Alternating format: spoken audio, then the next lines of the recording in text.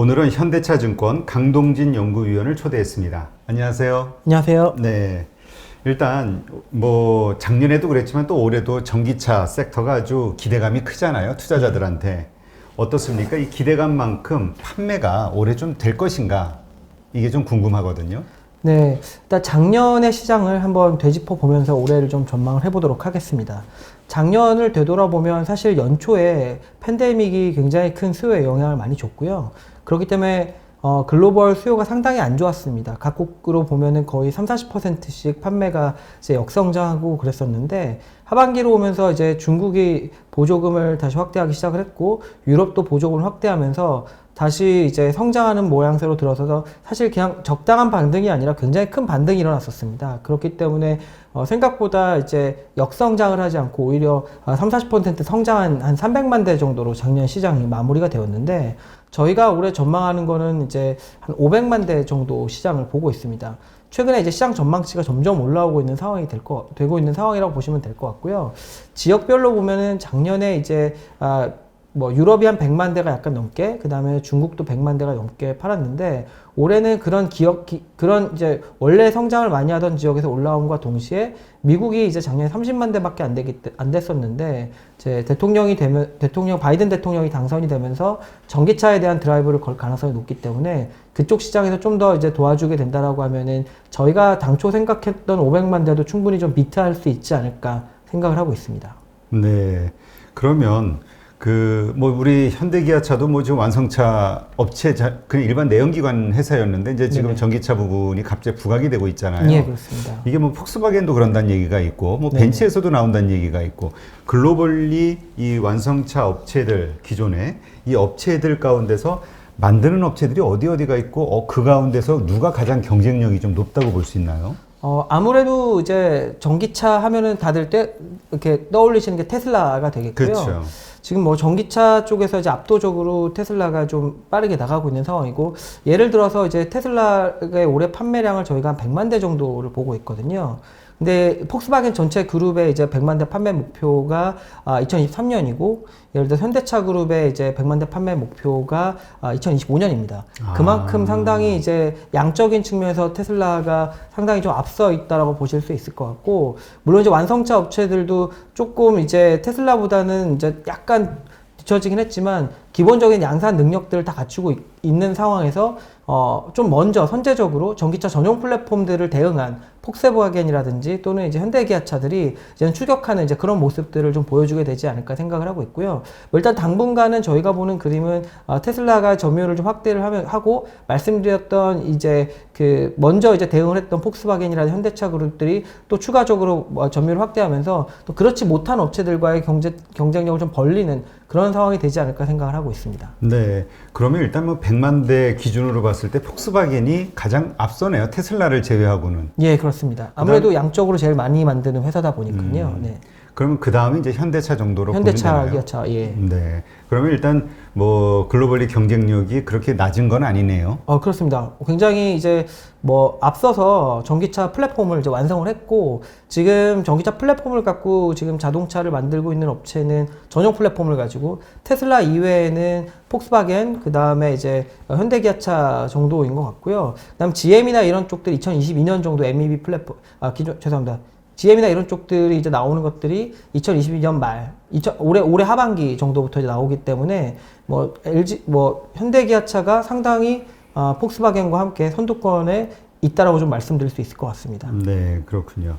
근데 이제 현대기아차가 사실 작년 하반기서부터 갑자기 또 확 부각이 됐던 것 중에 하나가 애플카하고의 협력 이런 것들이 이야기가 떠돌았잖아요. 네, 그렇습니다. 근데 어떻습니까? 이게 지금 보면 볼수록 오리무중이에요. 네네. 전부 협력이 될 것이다라고 생각이 돼서 현대차 관련된 기업들, 그룹주들이 서로 번갈아 가면서 상승이 크게 일어났잖아요. 네, 그렇습니다. 근데 뭐라 그럴까요? 다시 보니까 공시를 낸 게 협상, 그러니까 뭔가 아직은 결정된 게 없다. 네. 거기서 애플카하고 한다 이런 얘기도 없고요. 네네. 이걸 어떻게, 그러니까 협상하고 있지 않다, 아예 딱 이렇게 못을 박았잖아요. 네네네. 그렇습니다. 이거 어떻게 이해되나요? 이제 아직까지는 저희가 보기에는 이제 왜냐면 그 협상을 지금 하진 않지만 나중에 뭐 다시 할 수도 있는 거고. 근데 그런 이제 결론을 지금 당장 내리기보다는 약간 그런 생각을 해봐야 될 것 같습니다. 애플이 전기차 시장에 들어온다라기보다는 먼저는 이제 자율주행을 하고 싶은 거잖아요. 그러니까 자율주행 시장에 만약에 2024년이 됐든 2025년이 됐든 들어온다라고 하면은 과연 어떤 전략을 펼칠 거고, 그들이 왜 자율주행 시장에 자율주행을 하기 위해서 들어올 수밖에 없는가를 한번 생각해 볼 필요도 있을 것 같거든요. 그러니까 자율주행이라는 거는 기본적으로는 이제는 그걸 가지고 뭔가 새로운 이제 상업성을 이제 띈다라고 생각을 하는 거거든요. 그거 자율주행 플랫폼을 바탕으로 거기에 새로운 서비스를 얹어서 또 이제 추가적으로 이익이 나고, 그런 모델들을 이제 테슬라가 가능성을 보여주고 있는 거거든요.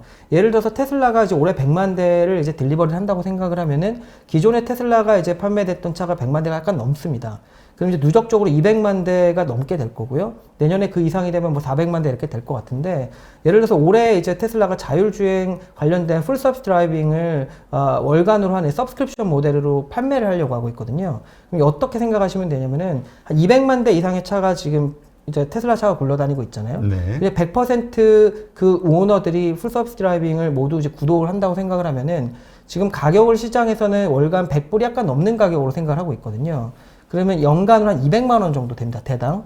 그러면은 이제 200만 대가 이제 돌아다니고 있는 모두가 그걸 채택한다고 생각하면은 약 4조의 매출액과 영업이익이 올라오게 되는 거죠.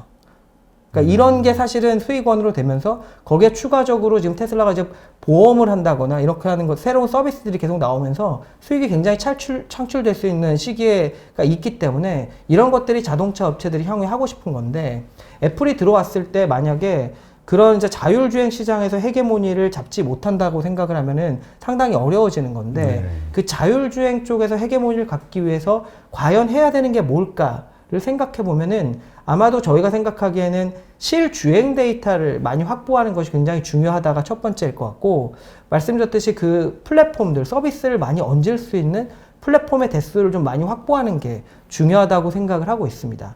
그러면은 실주행 데이터를 어떻게 확보를 할까 생각해 보면은, 결국은 차를 많이 만들어야 되거든요. 그러면 이제 폭스바겐, 예를 들어서 테슬라가 2024년, 2025년 되면 뭐 300만 대 이상을 만들 수도 있을 것 같은데, 그때 만약에 애플이 뭐 20만 대 이렇게 나왔다. 시장에 어떤 방향이 있을까요?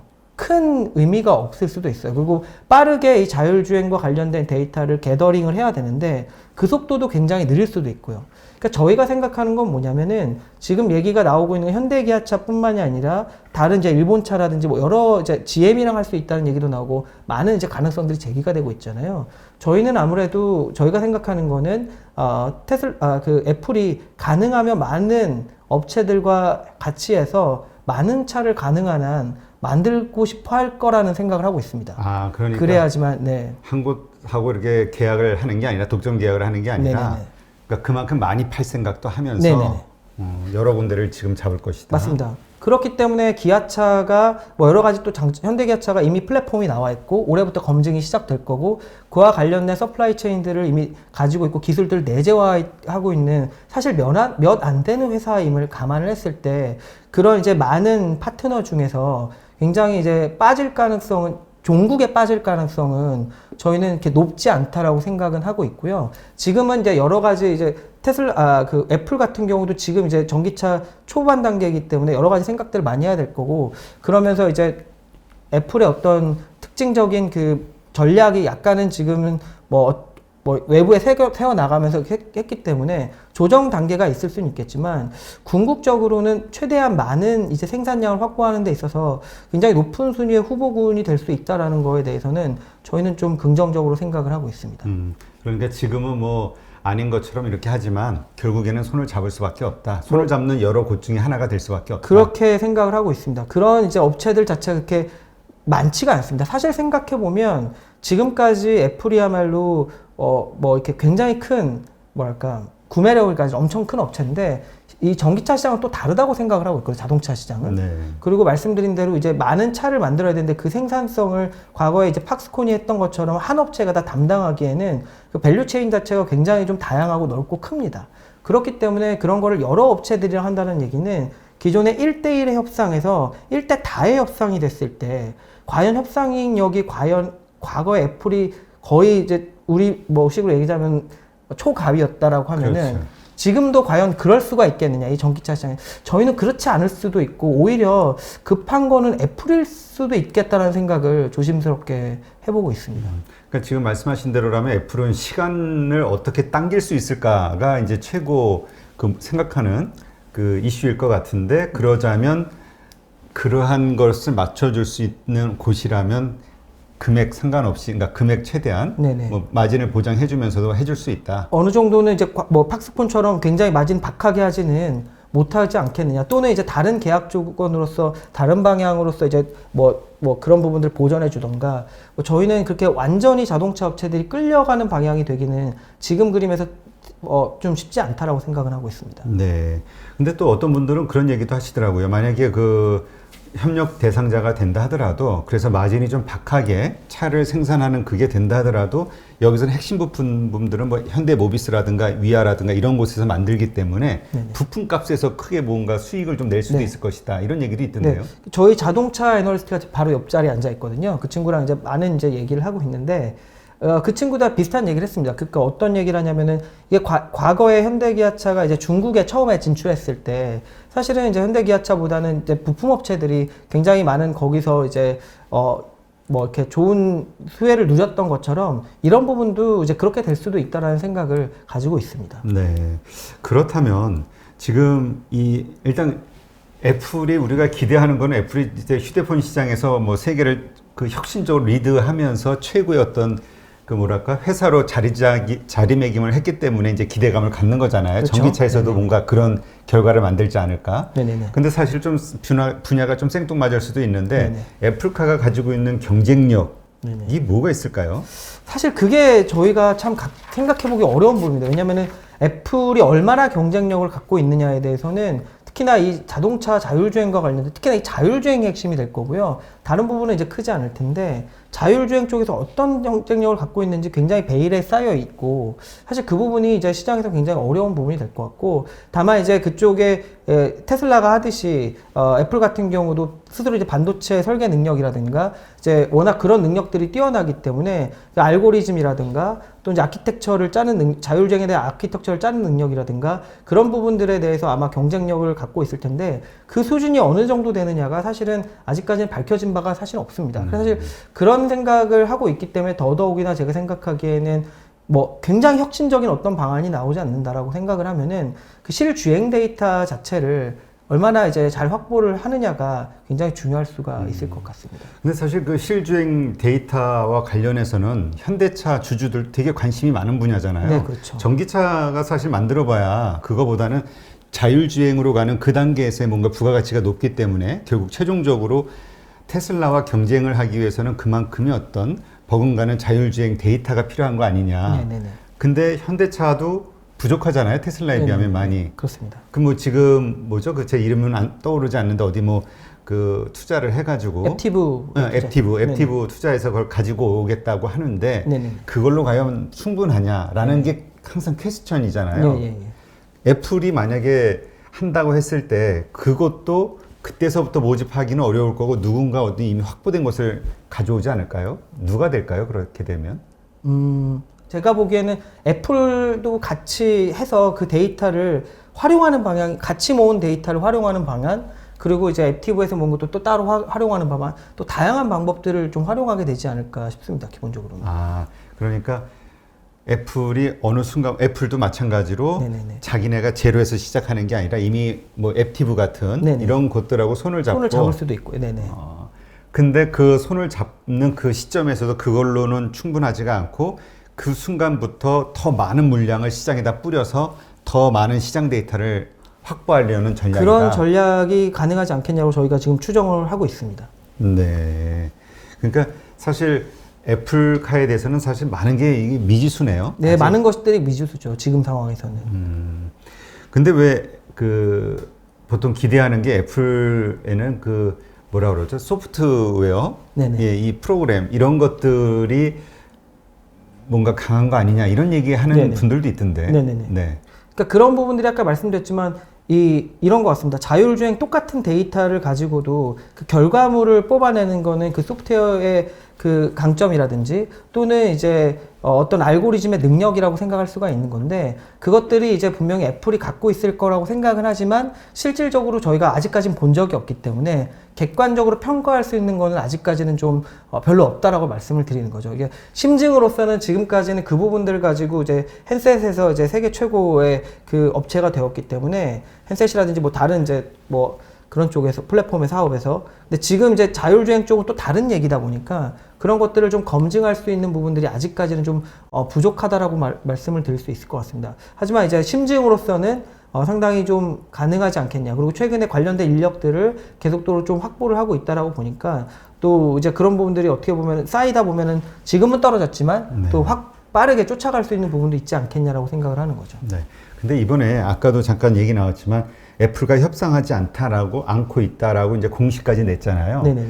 이런 거는 자기네 전략상 실제로 하고 있음에도 안 하고 있다라고 표현할 수 있는 건가요? 아니면 이게 만약에 하고 있는데 안 하고 있다라고 하면 거짓말이잖아요. 그렇게는 안 되는 거죠. 예. 그러니까 법적으로 규제가 되는 거죠. 그런 네네네. 경우는. 그렇다면 실제로 우리가 협상을 하고 있지 않다라는 것은 팩트라고 봐야 되는 건가요? 네, 그거는 팩트일 겁니다. 아, 그럼 우리가 사실 좀 기대가 앞섰네요. 시장에서. 뭐 그럴 수도 있고요. 네. 그러니까 지금 이거를 어떻게 해석하느냐에 가지고 말은 많은데 지금은 못 하고 있지만 나중엔 뭐 다시 재개가 될 수도 있는 거고 뭐 아니면은 기존부터 아예 현대기아차가 아니고 뭐 현대기아차의 그 뭐 카노라든지 이런 쪽을 하고 있을 수도 있고 뭐 사실 여러 가지 해석이 많은데 저희는 그냥 지금 그 공시를 가지고 여러 가지 해석을 하는 것보다는 조금 큰 그림에서 아까 말씀드렸듯이 애플이 그냥 한 가지 확인한 거는 자율주행을 하고 싶다라는 거는 굉장히 확실하게 저희가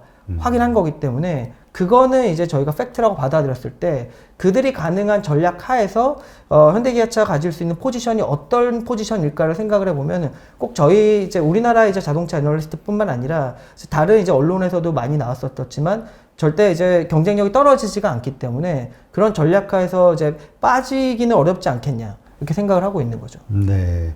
그렇다면 애플 말고 다른 뭐 IT 플랫폼 업체들도 있지 않습니까? 뭐 구글도 있을 것이고 아마존도 있을 것이고 이런 곳들도 이게 정말 미래 먹거리 황금 시장이라고 생각되면 뛰어들 가능성이 있는 거 아닌가요? 이미 사실은 구글은 웨이모라는 이제 벤처 투자를 해가지고 자율주행 쪽을 이미 하고 있고 그쪽에서 로보택시나 이제 자율주행 택시 이런 쪽을 해서 이제 허가를 받은 부분도 좀 있는 것 같고요. 그 다음에 이제 아마존 같은 경우에도 죽스라고 하는 이제 로보택시 업체 자율주행 택시 업체를 인수하기도 했고 또 리비안 같은 이제 전기차 업체 그런 쪽에 투자를 하기도 해서 이미 사실은 관심을 가지고 진행을 하고 있다고 보시면 될 것 같습니다. 네, 그러니까 이게 꼭 그 시장에 뛰어든다서 전기차를 제조하는 것보다는 제조는 그러니까 다른 데서 만든 걸 쓰더라도 그 안에 주요 그 자율주행 관련된 그런 어떤 프로그램이나 이런 것들에 집중할 수도 있다 이렇게 볼 수도 있는 건가요? 그렇죠. 이제 자율주행 프로그램과 다른 서비스들이 중요한 거죠. 예를 들어서 아까 테슬라의 예를 들어서도 말씀드렸지만 테슬라가 예를 들어서 보면 있습니다. 테슬라가 5천만 원짜리 자동차를 하나 팔았는데 그 자율주행 패키지가 1년에 한 200만 원 정도 이제 돈을 내게 된다고 생각을 하면은 감가상각 기간 뭐 한 10년 우리가 보통 한 10년 정도 탄다고 생각을 하면은 대략 2천만 원 정도 한 대에서 가져가는 거죠. 5천만 원짜리 팔아서 2천만 원 정도 가져가는 정도의 수준이라고 하면은 상당히 높은 수준의 수익이 되는 겁니다. 그러니까 그런 어떤 플랫폼을 그 미래의 어떤 먹거리로 딱 그 잡고 있는 거잖아요. 목표로. 그렇습니다. 테슬라부터 시작해가지고. 근데 우리 현대 기아차는 그럼 너무 이 자동차 자체에만 매달리는 거 아니냐 이런 의견도 있던데요. 그렇지는 않습니다. 앱티브랑도 하고 있고 또 소프트웨어 인력들을 이제 뭐 이렇게 많이 이제 뽑고 있는 능력도 있고 뭐 사실은 다양하게 또 하고 있기 때문에 꼭 그렇게 볼 필요는 없을 겁니다. 어쨌든 전기차를 한다라는 거에 있어서의 그 목표는 전기차가 아니라 이게 사실 자율주행차를 하는데 이 전기차를 하는 이유는 자율주행하는 데 있어서 그 상당히 많은 이제 전기를 사용하고 에너지원 자체가 이제 전기로 단일화되면서 효율성이 높아지기 때문에 전기차를 이제 하게 되는 부분인데 전기차를 한다고 해서 거기서 끝나는 게 아니라 전기차를 한다는 얘기는 그 다음에 이제 다른 시장에 다른 사업으로서 이제 그 확장을 하겠다라는 것들을 다 내포하고 있기 때문에 제조에만 이제 포커스를 맞춘다고 보고 있지는 않습니다. 먼저 근데 제조가 되어야 할 뿐인 거지. 네네네. 그러니까 우리가 투자의 포인트를 볼 때는 결국 그 자율주행이라든가 이런 소프트웨어 개발 네네네. 이런 뭐라 그러죠? 그 개발 자금을 어느 정도 투입을 하느냐 그 네네. 규모를 보고도 우리가 판단할 수 있겠네요. 네네. 뭐 그럴 수도 있을 것 같습니다. 네. 그렇다면 앞으로 이게 시장이 얼마나 빨라질 수 있을까에 대한 기대감을 가질 수 있는 요소 중에 하나가 네네. 보조금 지급이잖아요. 네네네. 한국도 그렇고 외국도 그렇고 어떻습니까 지금? 작년 하반기에 특히 이제 보조금들이 유럽이나 이런 쪽에서 많이 늘어났고요. 중국 같은 경우도 보조금을 원래 이제 중단한다고 했다가 약간 줄이는 정도로 이제 맞춰놨고, 예를 들어서 이런 겁니다. 독일 같은 경우에는 지금 올해 들어오면서 보조금 조금 내려가긴 하지만 작년 같은 데는 이제 4만 유로 미만, 특히나 4만 유로 미만이라고 하면은 약간 중산층들이 많이 타고 다니는 그런 자동차들, 이제 C세그나 이제 D세그 이런 쪽들이 될 텐데, 그런 쪽에 대해서 최대 이제 9천 유로의 보조금을 줬었거든요. 그러면 예를 들어서 지금 그래서 올해 보면은 테슬라 같은 경우가 작년에 유럽에서의 어떤 약간 이제 그 마켓쉐어가 좀 떨어지는 현상이 발생을 했었는데, 보조금에 들어가기에는 테슬라 모델 3 가격이 조금 비싸서 그랬습니다. 테슬라 모델 3 가격이 연초에 들어오자마자 39,900유로로 이제 낮추기 시작을 했거든요. 그러면 테슬라가 보조금을 올해는 뭐 조금 덜 받지만 어쨌든 간에 보조금 받으면은 거의 4천만 원 초반이면 테슬라 모델 3 그 스탠다드 레인지를 살 수가 있거든요. 가격이 상당히 좋아지죠, 말하자면. 이제 그런 식으로 강한 이제 보조금 정책을 피면서 이제 하고 있는 거고, 그런 식으로 해서 이제 전기차에 대한 투자 또는 그거 관련된 밸류체인들의 투자를 통해서 경기를 활성화시키려는 목적을 갖고 있는 게 각국 정부의 상황이라고 보실 수가 있을 것 같습니다. 네, 그렇군요. 지금 바이든 정부 들어서부터 이제 더 친환경이나 신재생 에너지를 강조하잖아요. 뭐 네, 탄소 제로 맞습니다. 얘기도 나오고요. 이건 결국 전기차 시장이 더 커지는데 큰 역할을 하게 되는 건가요? 예, 그렇고 전기차가 되는 것이 꼭 또한 그 재생에너지 쪽을 또 확대하는데 굉장히 큰 도움이 되기 때문에 서로 같이 가는 거라고 보시면 될 것 같습니다. 왜냐면은 전 세계 석유 수요의 약 50% 가까이가 자동차 쪽으로 들어갑니다. 그런데 지금 전기차로 간다라는 얘기는 이 석유로 이제 자동차를 움직이겠다는 게 아니라 재생에너지로 생산된 전기를 배터리에 저장을 해서 가게 되기 때문에 전기차를 일단 확대한다라는 얘기는 그 석유의 수요를 줄이고 재생에너지 쪽의 수요를 늘리는 데 있어서 굉장히 핵심적인 역할을 담당을 하는 거죠, 자동차가. 네. 그렇기 때문에 서로 이제 같이 시너지를 일으키면서 간다고 보실 수가 있을 것 같습니다. 네, 하여튼 그 핵심은 어쨌건 지금 전기차로 올해도 계속 이슈가 흘러가고 있고 세계의 어떤 모든 그 정책의 흐름도 이쪽으로 가고 있다. 이렇게 네, 맞습니다. 이해를 하면 되겠네요. 네네네. 네.